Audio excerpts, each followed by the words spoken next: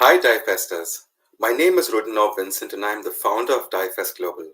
A warm welcome to you all on the third edition.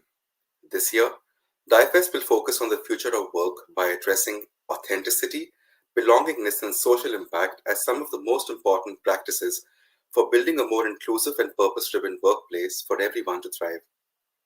Before we begin, I would like to humbly thank our belonging partner, Newsella, for supporting our initiative in democratizing world-class content and promoting equity in education. On this note, I would like to welcome you to our session on how authenticity helps enhance and build a culture of inclusion for organizational success. We have in conversation two of the world's most passionate DEI professionals who are working hard to cultivating a culture of authenticity. They believe how critical it is to make employees feel safe and belonged, at the same time understand the business benefits of creating workplace authenticity. Therefore, please welcome Vieshaka Dutta and Kristin Joy Ekkens.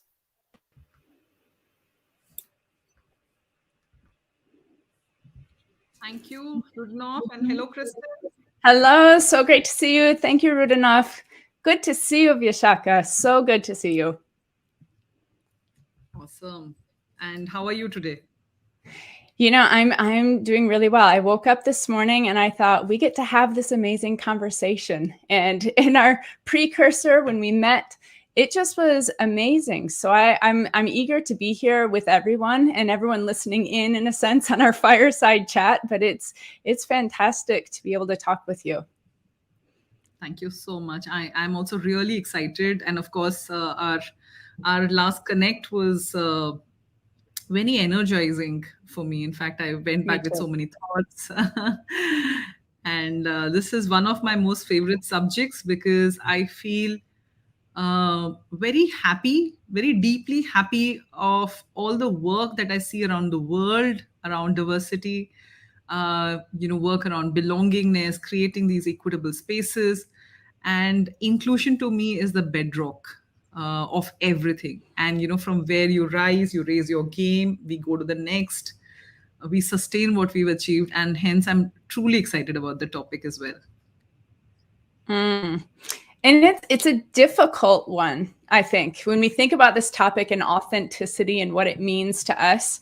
Maybe if we start there with each other and just kind of talk about how we see authenticity and what it means to be authentic, because it can go in so many ways and so many routes, and I'll just start off by saying I think about these different life arenas. So I'm a certified high performance coach. And one of the things that we think about are these life arenas that sometimes we just don't do well at all with integrating into our everyday, and so some of those I'll just, mention the life arenas I think about. It's health. It's around our relationships. It's around our family and our friends. So relationship, the first one being maybe a partner or someone we're very close to. Our family and friends, our mission, and if we feel clear about what we're doing, our finances, hobbies or experiences that we have, and then even our spirit. And these things, I want to hear from you about this, because for me, these life arenas, when I have found that some are off, or I'm not focused in one of those areas, or I'm too focused in a certain area, that I'm not going to be my authentic self at work, and I end up burning out. What's been your experience, in thinking about bringing your authentic self to work? Yeah, I think it's, I can so resonate with all of them. Even the fact that when you spoke about the ways we deal with finances and more, everything affects who we are, how we, Yes. it's a way of our own picture in our, how we see ourselves and how we see ourselves in context to our environment, right? So I'll say this, that apart from what you said, I'm just going to add to it because I completely agree with what you said, right? How we, how we think we are, how safe we feel in an environment, and then even before, even in environments where we feel we belong, there are pieces of us that may be difficult to bring in, right? So, for example, if we are sharing, I encourage a lot of people to be vulnerable, because my own experience in DEI, and I think I've worked in this space since 2008. And in my life experience, I've felt that a lot of us go through challenges, and we try to understand underrepresented groups and its challenges, life journeys, and challenges are not always constant. There are big wins that bring you up, and then there are these tough times. And I've also seen people judge people around that time, saying that, okay, now this person is a good place, and that let's move on. Whereas the struggle does come back. And I have also seen that people who've gone through challenges, when they are in better place, they don't want to talk about this, thinking that either I'm going to be judged as someone who's continuously talking about struggle, and hence maybe I'm not cutting it as a great professional, or I don't want to talk about it because I'm over it now. Unfortunately, what it does is it doesn't invest back in that inclusive environment that we want to create or we enjoy at certain point of time, because others see everyone else is doing okay, they've moved on, and if they are going through a certain challenge, it could be emotional and in mental health, which is not visible or not tangible to talk about, or if it is something that they feel that it is happening to them because of them, like they are responsible for everything else that's happening in their life, they will not be able to talk about it because they're not seeing anyone else in that zone, so they feel probably guilty of being in that space. And be it grief about something, be Yes. it struggling with your own body image, your own professional competency image in your head, um, or even when it comes to calling it out, while we are supporting others, that maybe this is a space where you're feeling stuck in, but you can move on, like you may not this may not be your only choice. Sometimes we also feel like if we are not just being ourselves, we are thinking about how we may be judged. These are all of these conversations that are so important, that kind of go under the cover. Right? Yeah. And I think, along with that fear maybe of being othered that each one of us has, the opposite of belonging, but fear of being othered. And so to show up and share something so vulnerable, that maybe it is about our mental health, or maybe it is about personal struggles that we've had and that we can hide in the workplace, right? Those can hide, we can hide it at home to an extent, until all of a sudden it's showing up in our performance or in how exhausted we are at work, and we're trying to hide that, whatever it might be. I do want to, back to the vulnerability. First, I want to thank you for something you posted on LinkedIn, and I hope you don't mind me calling it out here, because I figured it was public on LinkedIn. You might know what I'm about to say. Is that okay with you? Okay. I'm okay with it. Thank you. So, what I wrote down here was, you posted this last week and related to World Mental Health Day, and being a survivor of some extreme personal situations, you said, I was told by everyone that women need to take all things in their stride as caregivers and homemakers. And you went on to say, I really felt like I had to fix myself when you went through some of these challenges. And I first want to thank you for your vulnerability in that post, because we need to all be doing that and making these posts. So I think the way that you approach this and lead and show that we have to be vulnerable and not just say here on this, it's easy for us to say it, but actually show up and be vulnerable. So thank you first for that and showing up in that way. And you mentioned that it was so liberating when you realized that for that scenario, it wasn't a have to fix yourself, but you reached out and got help to figure out how can I get out of this moment, this place. And I want to know what kind of habits or practices, do you have for helping you heal and listening to your body better? Yeah, I think that is a work in progress thing, and it's not been one thing, and I think that is also very common. It's not always like one thing that's happening to you, but sometimes there's like different things happening at different point of time.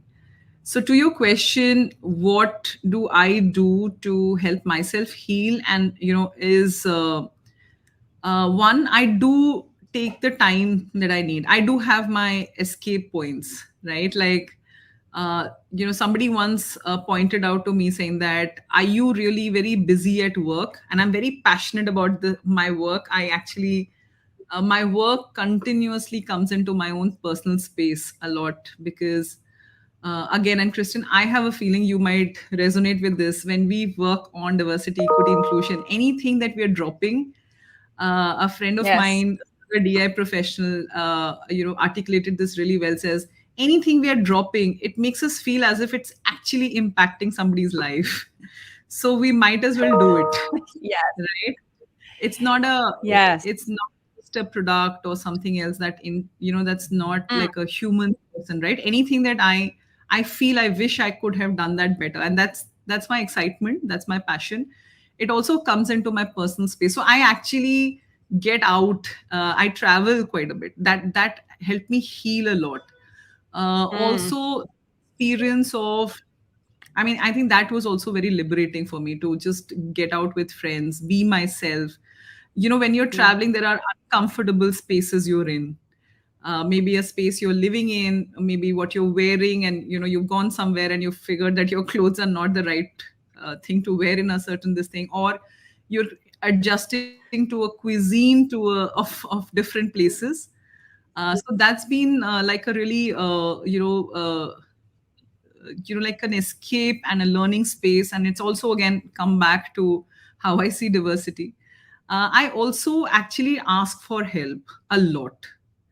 I'll tell you, I ask for help from everyone I know that could help. It could also be, if I'm working on a wellness goal and if I've seen another person who has who could have similar work related challenges, like timing and bandwidth and more, I have gone to them and say, I've actually gone to people and said, share your entire day's plan with me. Like, how are you managing time? Because I need to decipher that, mm, right? I mm. have continued to work with counselors when I felt really stuck, right? And it may not have been a trauma experience counseling, etc., but that's become more like a coaching conversation. If I felt that there is somebody who speaks to me in a way that I can understand them, and um, I have gone to them saying that, what do you think? I'm in a dilemma. And I've maybe spoken to 3 4 people sometimes to get their point of view and chosen what works for me. So I ask for help, I travel. um I also meet a lot of people. So I have to tell you, I meet a lot of youngsters who show me a very different way of life. And sometimes I learn a lot from I them. Yes. I love that. So many amazing points in that. And I resonated deeply. I actually just got back from Saudi Arabia. I have a client that I'm working with there in Saudi Arabia. And then I was also in Greece after that for a mastermind. And in this Greece, I am so first in Saudi Arabia, I am working with executives, going in deep, looking at, and figuring out for myself. This is my third trip there. But every time I go, to your point, figuring out, it's a different space. I have to think about how I'm showing up. And I know this brings us a slightly different topic, but how I show up to be authentically me, yet showing up in a space that I'm going to be dressing differently than I do when I'm here based in the United States, right? I'm in long sleeves, I'm in long pants, and it's hot in my standards in Michigan. It's not nearly as hot. So, when I'm dressing this way, it's to show respect, but I still am my authentic self while doing this. And I love, to your point, the piece about traveling, and it takes us out of our comfort zones in a sense, or it gives us a place for escape to learn and experience from others and see different perspectives. And I feel like, to me, that makes me be more authentically me and understand what is authentically me. Does that resonate? Absolutely, absolutely. And in fact, let me ask you a question on that. Like, uh, a white woman from Michigan, right, in the diversity and inclusion space. And I know this assignment in Saudi Arabia is not your only assignment, that takes you in a very different zone, right? The way certain environments, social environments in US, for example, in Europe, Yes. and across the world, it is what has have you been questioned for the authenticity? Uh, Mm. have you felt that even your competency in this space is questioned just because of who you are in your origin? Mm. Thank you for the question. And I would say daily. It's daily questioned, which makes me once in a while, when it catches me in a low moment, makes me question myself. And so this is where I get high performance coaching also to bring me back, because I've been in this field of inclusion, diversity, equity, and belonging for over 20 years. That's a whole nother thing that people say, no, you look young. I'm like, well, thank you. I appreciate that. Because every day as I get older, I appreciate those kind of comments. Yet at the same time, my studies are deeply in this. My experiences are deeply in this. I've led inclusion and diversity, and I recognize I am a white woman with blue eyes, blonde hair, and that impacts how I show up and how others perceive me. And so I had a moment like this in Greece, actually, just 2 weeks ago, that it deeply hurt me for a moment when someone who looked at me and said, "What do I have to learn from you?" And she's female, and at the same time, we're different races, different ethnicities, and we didn't know each other well yet. And to me, it took me back, and it was almost a sorrow that I felt, because the work that we do is around belonging, and I believe we each have a story to tell. And without knowing and asking and trying to listen to the other person, we're human and we make snap judgments. So for the first moment, I was kind of like, oh, wow, ouch. And then I was like, wait, listen, pause and listen to what she's actually saying, because sometimes we need to hear from people who look like ourselves. Other times we need to hear from people who look different than us. And then at the same time, it's not just about looks. And I know you and I share this in how we talk about the intersectionality, that we are so many things, and how we show up, it's so many layers, so many experiences that we bring. And for me, what people often don't know, and I'm going to give it away if anyone sees me talk, but in some of my talks, I'll start off and say, bueno, mi nombre es Cristina y yo soy de Michigan. And I start speaking in Spanish, and they say, whoa, that came out of left field. Like, I wasn't expecting that. And I'll say, yes, that's just one little piece of my story that you wouldn't know from looking at me. So I guess those are the pieces. I do get questioned, but now when I get questions about this, like, what do you know about inclusion, diversity, equity, and belonging? My thing is, wow, what an amazing chance to share some of my story and hear about their story. What would you add to that? Yeah, I regret that you have this experience so often.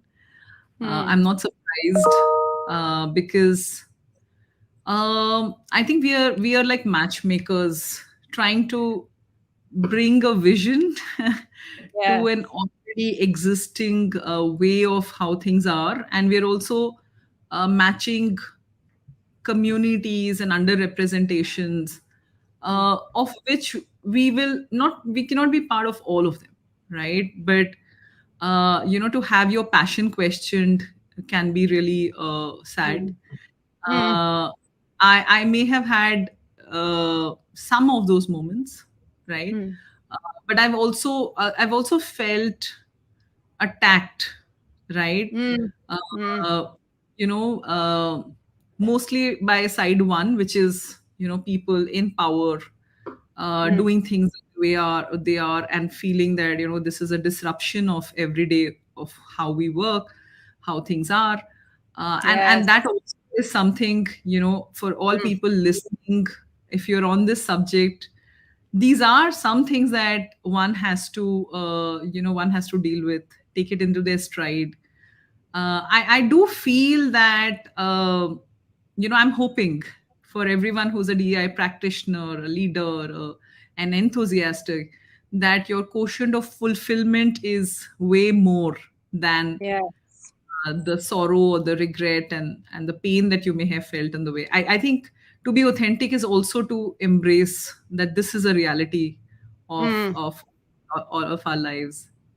Mm. Uh, That was so powerful. I hope for anyone who's on here listening wrote that down, because that I just want to call that out. We need to hear and understand that the reality that's there and the perceptions that others have. We need to see that. And also, for me, it's not falling into the trap of then losing our confidence and losing who we are because of what others are saying. And to your point, I think it's about being, a lot of us in this space and leading in the space of inclusion, diversity, equity, and belonging are trailblazers. We're change agents, we're mavericks, all the words that we can use. But that means that we are also daily going to run into barriers and going to run into people or things that will say no, and put up walls that don't need to be there. And you and I both have this mindset around experimentation, and it can be so hard to go towards that experimentation and run towards it when we get no's so often. yes, Are you there still seems to there? be. I am a little bit of an electricity outage. Oh no. Well, It I doesn't see your happen. red bubble, but I can hear your voice. There you are. I see your face. This is going to be funny, but that's okay. I think humor is a good part of That's right. We're being everything. authentic in the moment. Yeah.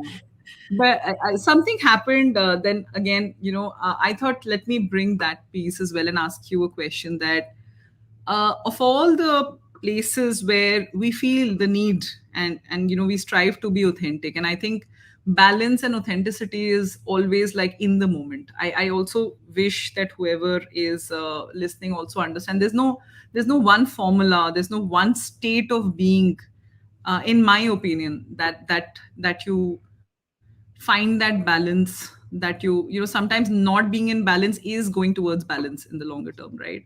Mm. And being right.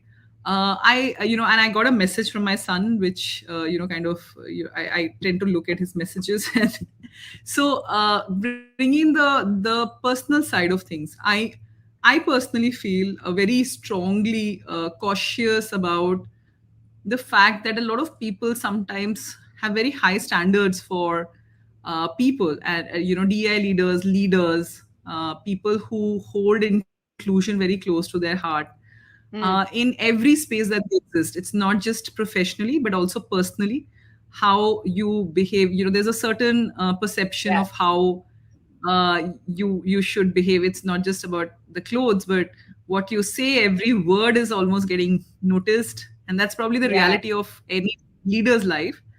But also in your personal space, how you're reacting, responding to everything that's around us. And we were discussing how both of us have sons, and as Mm, yeah. mothers bringing up this in the environment and climate that we have, I feel that extra pressure.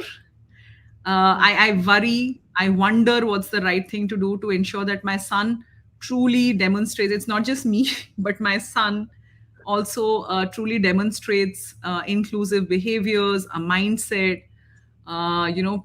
People who are close to me, like my mother Mm. and others, are also in a way reflecting inclusion in their own spaces. Do you feel that pressure, Kristin? Do Mm. you? Yes, yes. And it's I would say one of the most challenging things. So first of all, I had two burnouts so far in my career. I'm 42 now, and had them because I wasn't focused first enough on my family, and I was trying to drive change, system change in an organization, and holding on to it like I had to do it myself.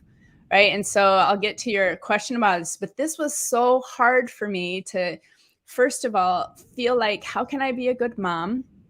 to my young boys at the time, how can I be a good mom and at the same time drive this work forward that's really hard? And when I come home from work, I'm exhausted and I didn't have the tools, the practices, the habits yet to keep me energized through the day.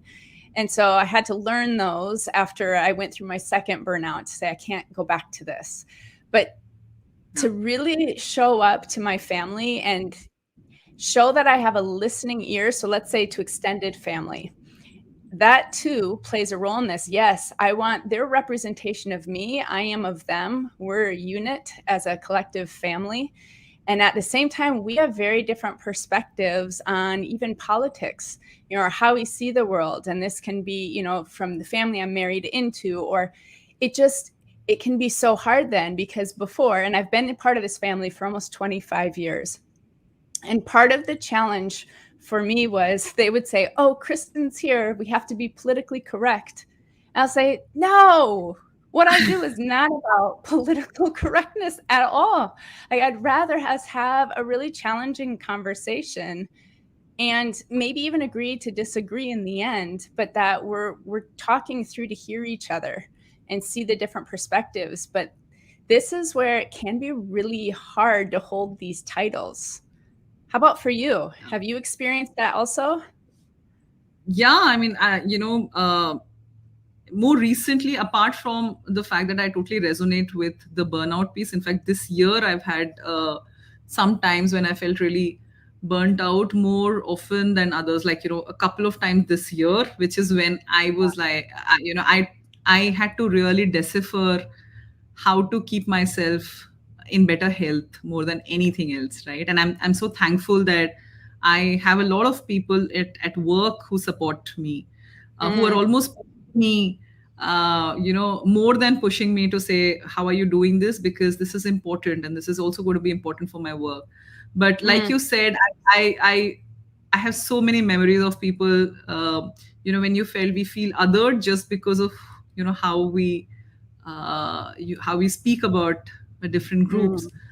And more recently, somebody said, don't be so serious all the time. And I think it can be a hurtful comment if somebody's trying to belittle a point of view or the work that you're doing. But this particular person actually was saying that, you pointed out that in your regular conversation also, you're, talking so much of DEI, which means, are you really having fun? Are you really switching off from the topic at times? So I get it. And I've had people who would say that. In fact, I feel for DI champions that I support, because they come back with these, with these comments, which is what I would also club under the attack zone. Like sometimes you do feel under that. And to your point, sorry. Go ahead.